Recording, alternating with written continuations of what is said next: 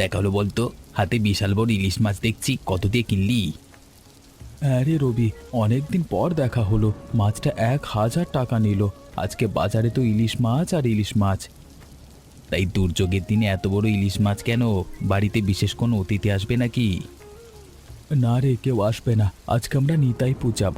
লতার অনেক দিনের স্বাদ হয়েছে, ও একবার বাপের বাড়ি যাবে। তাই সকাল সকাল বাজারে গিয়েছিলাম, এই মাছটা নিতাইপুর নিয়ে যাব। এতদিন পর শ্বশুর বাড়িতে যাব, তাই ভাবলাম একটা মাছ নিয়ে যাই। কিন্তু যে হারে বৃষ্টি হচ্ছে, এই মেঘ বাদলার মধ্যে তোমরা যাবে কেমন করে? রাস্তাঘাটের যে অবস্থা! ভাবছি বৃষ্টিটা একটু কমলেই রওনা দেব। আমার গিন্নি হয়তো এতক্ষণে গোছগাছ করে বসে আছে। বেশ বেশ, তবে সাবধানে যেও। আমি আর দেরি না করি বাজারে যাই, দেখি তোমার মতো এমন একটা বড় ইলিশ পাই কি না।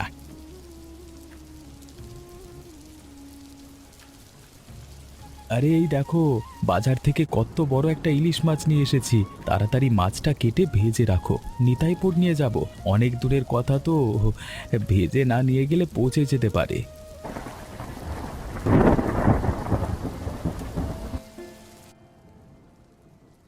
এই তুমি রান্না করো, আমি দোকানে যাই। হ্যাঁ, আজকে এই বেলা দোকানে ভালো বেচা কেনা হবে বলে মনে হচ্ছে। সন্ধ্যের দিকে মানুষ জিনিসপত্র বেশি কেনে। এখনই যেও না, আমি পায়েস রান্না করেছি, একটু খেয়ে তারপর যেও। বাইরে তো বৃষ্টি পড়ছে। শোনো তো, ওপরের কারা যেন কথা বলছে মনে হচ্ছে। কেউ কি বাড়িতে এসেছে নাকি? চলো তো দেখি গিয়ে কে এলো এই বৃষ্টির মধ্যে। হ্যাঁ, আমিও শুনতে পাচ্ছি গলার আওয়াজ। মনে হচ্ছে মেয়ে গলার স্বর। চেনা চেনা লাগছে। চলো তো ওপরে গিয়ে দেখি কে এসেছে। কি দেখছি, লতা তোরা এসেছিস? অবশেষে এই দাদা বৌদির কথা মনে পড়লো তাহলে তোদের। কতদিন পর এলি বলতো, চিনতেই পারছিলাম না। দাদা সে কবে থেকে আসবো আসবো করছি, কিন্তু আশা আর হচ্ছে না। তোমরা কেমন আছো সেটা বলো। দাদা, আমরা তাও তো এলাম, কিন্তু আপনারা তো ওই মুখো হন না। আর এই নিন, এগুলো আপনাদের জন্য এনেছি। এ এত কিছু নিয়ে আসবার কি দরকার ছিল? ও, ওদের ঘরে নিয়ে যাও। এসো এসো, ভেতরে এসো। ভিজে গেছে তো পুরো। মাধব ঠাকুরপো, তুমিও এসো, দাঁড়িয়ে থেকো না বাইরে। বৌদি, আমরা কিন্তু কয়েকটা দিন থাকবো বলে এসেছি। কতদিন থাকবে সেটা নিয়ে পরে আলোচনা হবে। মাত্র এসে যাওয়ার কথা বললে কি হয়? আচ্ছা, তোমরা আগে আমাদের মাটির নিচে রান্নাঘরে চলো তো, পায়েস রান্না করেছি, গরম গরম খেতে দিব। মাটির নিচে রান্নাঘর? এ আবার কেমন? জীবনে প্রথম শুনলাম মাটির নিচে রান্নাঘর হয়। আগে চলো, তারপর বুঝতে পারবে। আরে শিউলি যে, এত সকাল সকাল কোথায় যাচ্ছিস? আমি আসলে মাধব দাদার বাড়িতে যাচ্ছিলাম, একটা দরকারি বিষয় দাদার সাথে একটু পরামর্শ করার খুব দরকার। মাধবের বাড়ি? তা হঠাৎ মাধবের কাছে কি দরকার পড়লো তোর? ও তো চাষবাস নিয়ে ব্যস্ত থাকে, তুই তো কলেজে পড়িস। আমি ভাবছি পড়াশুনোর পাশাপাশি নিজের পায়ে দাঁড়ানোর জন্য কিছু একটা করব। শুধু শুধু ঘরে বসে সময় নষ্ট করে লাভ কি বলো? তোর চিন্তাধারাটা তো খুব ভালো রে শিউলি। এ বয়সে নিজের পায়ে দাঁড়ানোর চেষ্টা করাটা ভালো। তা কি করবার কথা ভাবছিস? আমাদের বাড়ির আশেপাশে বেশ কিছুটা ফাঁকা জমি পড়ে আছে। ভাবছি সেখানে ভালো জাতের কিছু বেগুনের চারা লাগাবো, একটা ছোট সবজি ক্ষেত করব। মাতা দাদা তো কৃষি বিষয়ে খুব ভালো বোঝেন, কোন চারা ভালো আর কিভাবে চাষ করতে হয় সেটা ওনার চেয়ে ভালো আর কে জানবে, তাই ওনার কাছেই যাচ্ছিলাম। কিন্তু শিউলি, এখন তো মাধবদের বাড়িতে গিয়ে কোনো লাভ নেই। তুই মিছিমিছি কষ্ট করে অত দূর যাবি? কেন রবিদা, মাধব দাদা কি বাড়িতে নেই নাকি সকাল সকাল মাঠে চলে গেছেন? না রে, ও তো গ্রামেও নেই। দুদিন আগেই লতাকে নিয়ে নিতাইপুরে শ্বশুর বাড়ি গেছে। কয়েকদিন ওখানেই থাকবে। তাই এখন বাড়ি গিয়ে ওকে পাবি না। তাহলে আর কি, মাধব দাদা বাড়িতে আসুক, তারপর দেখা করব। এখন বাড়ি যাই।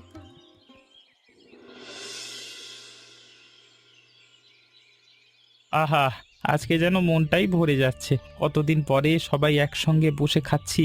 ইলিশ, খাসির মাংস সবই হয়েছে, কিন্তু তোমরা যে ইলিশ ভাজা নিয়ে এসেছিলে তার মতো স্বাদ আজকের ইলিশে একদম পেলাম না। মনে হচ্ছে সেই মাছটার আলাদা একটা ঘ্রাণ ছিল। দাদা, ওসব তোমার ভালোবাসার কথা। মাছ তো একই রকম ছিল, তবে নিজের হাতে রান্না করে আপনজনকে খাওয়ানোর আনন্দটাই আলাদা। আমরা খুব খুশি হয়েছি তোমাদের সঙ্গে এতগুলো দিন কাটিয়ে। মনে থাকবে অনেক দিন। সত্যি দাদা, সময় কত দ্রুত চলে গেল বুঝতেই পারলাম না। কালকে সকালে আমরা বাড়ির উদ্দেশ্যে রওনা দেব। অনেক কাজও জমে আছে। তবে এবার কিন্তু তোমাদের আমাদের বাড়িতে যেতেই হবে, কোনো অজুহাত চলবে না। এত তাড়াতাড়ি চলে যাবে শুনে মনটা খারাপ হয়ে গেল গো। আরো 2-1 দিন থাকলে কত ভালো হতো, বাড়িটা আবার ফাঁকা হয়ে যাবে। তবুও তোমাদের সুবিধার কথাই আগে ভাবতে হবে। তোমরা ঠিকই বলেছ, সামনের বছর বর্ষা এলেই আমরা অবশ্যই তোমাদের বাড়িতে যাব। এবার আর কোনো অজুহাত দেব না, তোমাদের অতিথি হয়ে কয়েকদিন সেখানে কাটাবো। দাদা, আর একটা কথা, তোমাদের এই মাটির নিচে রান্নাঘরটা আমার ভীষণ ভালো লেগেছে। ঠান্ডা, আরামদায়ক। বাড়ি ফিরে আমরাও এমন একটা রান্নাঘর বানাবো। লতা যখন মন থেকে চেয়েছে সেটা অবশ্যই হবে। হ্যাঁ, দিন কয়েকের মধ্যেই কাজ শুরু করব। যত কষ্টই হোক ওর এই ইচ্ছেটা আমি পূরণ করব। তোমাদের কথা শুনে খুব ভালো লাগছে। আমাদের এই ছোট্ট রান্নাঘর যদি অন্য কারোর ভালো লাগে, তার চেয়ে বড় আনন্দ আর কি বা হতে পারে। গল্প পরে হবে, আগে সবাই মন দিয়ে খাওয়া দাওয়া করো দেখি।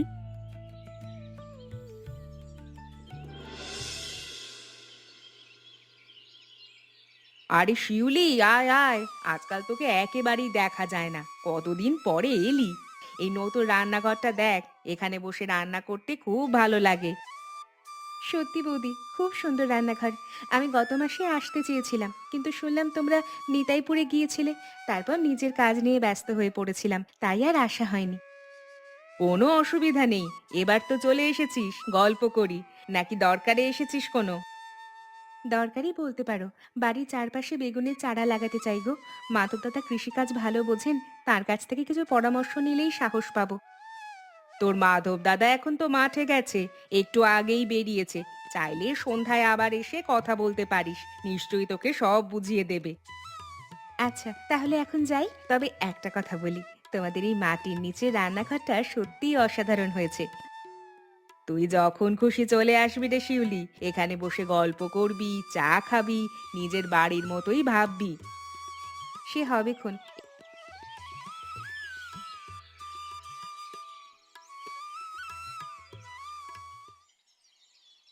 শিউলি, তুমি কোথায় গেছিলে?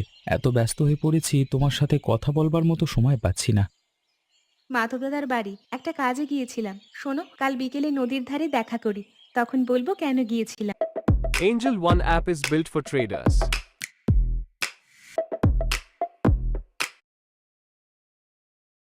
দেখা হবে, এখন আমি আসি।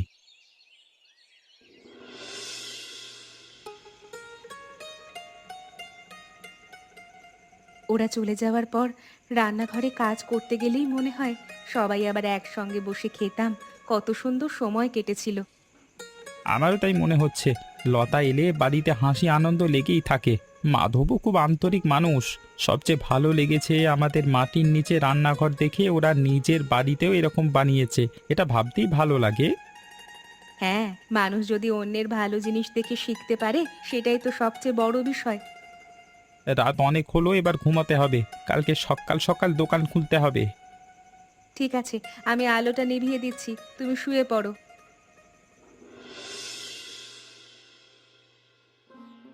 সুমন, অনেকদিন পরে বসে কথা বলার সুযোগ হলো। বলো, তোমার ব্যবসা এখন কেমন চলছে? ব্যবসা এখন বেশ ভালো চলছে। গত বছরের তুলনায় হ্যাঁ, এবার লাভও অনেক বেশি হয়েছে। নতুন কিছু ক্রেতা পেয়েছি, তাই এখন ভবিষ্যৎ নিয়ে আরো বড় পরিকল্পনা করবার সাহস পাচ্ছি। তাহলে তো খুব ভালো খবর। এত বড় সুখবর দিলে কিন্তু শুধু কথাই হবে না, আমাদের সবাইকে একদিন ভালো করে খাওয়াতে হবে। আমি কিন্তু সেই দাওয়াতের অপেক্ষায় থাকবো। অবশ্যই খাওয়াবো। ব্যবসার এই সাফল্য আপনজনদের সঙ্গে আনন্দ ভাগ করে নিলে তবেই তো পূর্ণ হয়। দিনক্ষণ ঠিক করে সবাইকে নিয়ে সুন্দর একটা আয়োজন করব। আমার একটা ছোট্ট কাজ ছিল, বাড়ির চারপাশে সবজি চাষ শুরু করতে চাই। বিশেষ করে বেগুনের চারা লাগানোর ইচ্ছে হয়েছে। যদি সম্ভব হয়, শহর থেকে ভালো মানের কিছু চারা এনে দিও। কোনো সমস্যা নেই। কালকে বিকেলে শহরে ব্যবসার কাজে যাব। ফেরবার সময় ভালো জাতের বেগুনের চারা কিনে নিয়ে আসব। খুব ভালো হবে। গতকাল সন্ধ্যায় মাধবদাদার সঙ্গে কথা হয়েছে। তিনি জমি তৈরি করা থেকে শুরু করে পরিচর্যার সব নিয়ম আমাকে বুঝিয়ে দিয়েছেন। এখন শুধু চারা পেলেই কাজ শুরু করব। আশা করি এবার ভালোভাবে সবজি চাষ শুরু করতে পারবো। আচ্ছা, আজকে উঠি গো, পারলে পরশু বিকেলে একবার আমাদের বাড়িতে যেও। মাধবদাদা কৃষিকাজে অভিজ্ঞ মানুষ, তার পরামর্শ মেনে চললে নিশ্চয়ই ভালো ফলন হবে। আমিও সময় পেলে এসে গাছ লাগানোর কাজে তোমাকে সাহায্য করব। আশা করি এবার ভালোভাবে সবজি চাষ শুরু করতে পারবো। আচ্ছা, আজকে উঠি গো। পারলে পরশু বিকেলে একবার আমাদের বাড়িতে যেও। আচ্ছা, যাব। ওগো, এবার আমাদের মাঠের ফসল খুব ভালো হয়েছে। ভালো ফসল হলো, নতুন মাটির নিচে রান্নাঘরও বানালাম, কিন্তু এখনো পর্যন্ত মন ভরে কোনো ভালো মন্দ খাওয়াই হলো না। মাঠের ফসল ভালো হয়েছে শুনে খুব শান্তি পেলাম। নতুন রান্নাঘরটার জন্য তো তোমার অনেকগুলো টাকা খরচ হয়ে গেল। এই আনন্দের দিনে তুমি যদি মাছের এই আনন্দের দিনে তুমি যদি নদীর মাছ নিয়ে আসতে পারো তবে তো খুব ভালো হয়। তুমি একদম ঠিক কথাই বলেছ। আমি এখনই ছাতাটা নিয়ে নদীর ধারের দিকে একবার যাচ্ছি, দেখি এ সময় কেউ মাছ ধরছে কিনা। যদি কপাল ভালো থাকে তবে একটা বড় সাইজের নদীর মাছ কিনে নিয়ে আসবো। আরে মাধব যে, এই দুর্যোগের সন্ধ্যায় নদীর পাড়ে তুই হঠাৎ কি মনে করে চলে এলি? আমি অনেকদিন পর আজকে নদীতে মাছ ধরতে এলাম। আরে এসেই কপালটা কেমন খুলে গেল। নদীর তাজা মাছ কিনতে এলাম। আমাদের নতুন রান্নাঘর তৈরি হওয়ার পর ভালো কোনো মাছ খাওয়া হয়নি। তা অনেকদিন পর নদীতে মাছ ধরতে এসে মাছ পেলি, সেটা তো দেখা ভাই, কি মাছ পেলি? এই দেখ মাধব, অন্ধকার হওয়ার পরেই ছিপে একটা বিশাল বড় নদীর রুই মাছ ধরা পড়েছে। এই দেখ বড় বড় দুটো রুই, তুই একটা নিয়ে যা। মাছটা তো সত্যিই অসাধারণ, নদীর চকচকে রুই। কিন্তু তুই এত কষ্ট করে বৃষ্টির মধ্যে মাছটা ধরলি, আমি এটা তোর কাছ থেকে কিভাবে নিই বলতো? তুই আমার পরম বন্ধু মাধব, তোর বউ লতা আমার ছোট বোনের মতো। এই মাছটা আমার তরফ থেকে উপহার মনে করিস। তুই কোনো কথা না বাড়িয়ে মাছটা নিয়ে তাড়াতাড়ি বাড়ি চলে যা। লতা মাছটা দেখলে সত্যি খুব খুশি হবে। তুইও কিন্তু আজকে রাতে আমাদের নতুন মাটির নিচে রান্নাঘরে এসে আমাদের সাথে বসে একসাথে রাতের খাবার খাবি, যাবি কিন্তু? বেশ, যাব।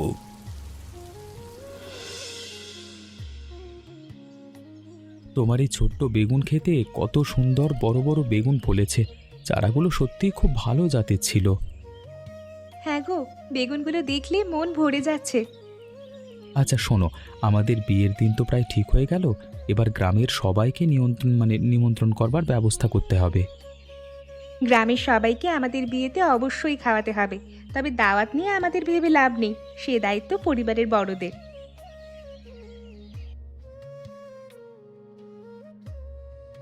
ওরে বাবা শিউলি, তোর বেগুন খেতে দশা দেখে তো আমার চোখ জুড়িয়ে গেল।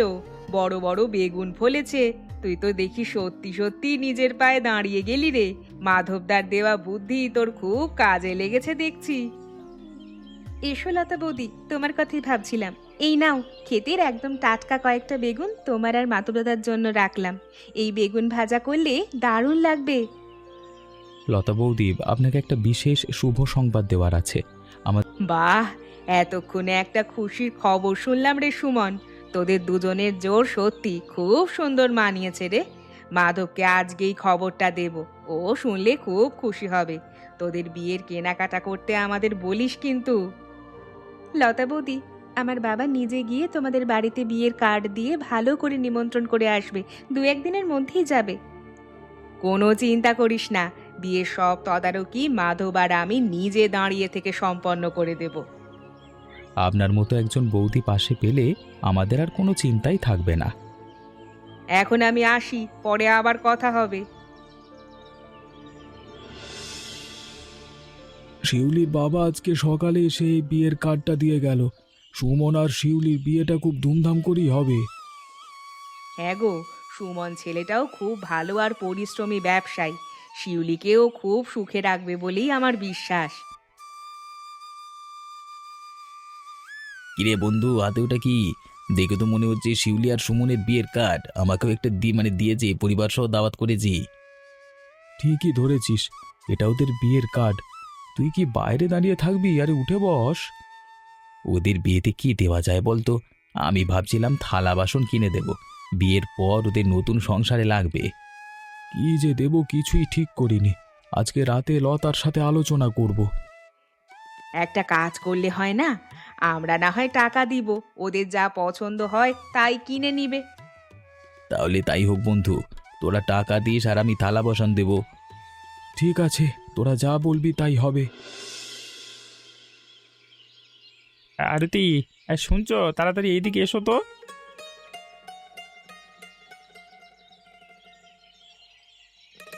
ডাকিয়ন একটু আগে আমাদের লতার পাঠানো একটা চিঠি দিয়ে গেল।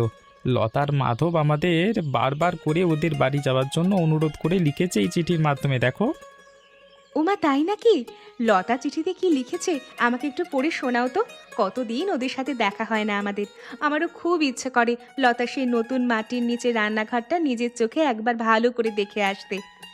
লতা লিখেছে যে ওদের মাঠের ফসল এবার খুব ভালো হয়েছে, আর ওরা আমাদের জন্য বিশেষ রান্নাবান্নার আয়োজন করতে চায় বাড়িতে। কিন্তু সামনের বছর বর্ষার মরশুম ছাড়া আমাদের তো দোকান বন্ধ করে অত দূর যাওয়া কোনোভাবেই সম্ভব নয়, আরতি। তুমি ঠিকই বলেছ, বর্ষার সময় বাজারে লোকজনের যাতায়াত একটু কম থাকে, আর আমাদের মুদির দোকানে দোকানে বেচা কেনাও কিছুটা কম হয়। এই সময় ব্যবসার চাপ কম থাকে বলে আমরা দু একদিনের জন্য লতাদের গ্রাম থেকে ঘুরে আসতেই পারি। তাহলে ঠিক রইল, আগামী বর্ষাতেই আমরা যাব।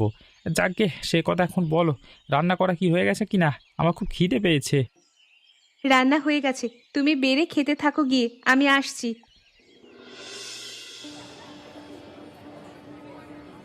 আরে মাধব, লতা বৌদি, তোমরা এসে গেছো তাহলে?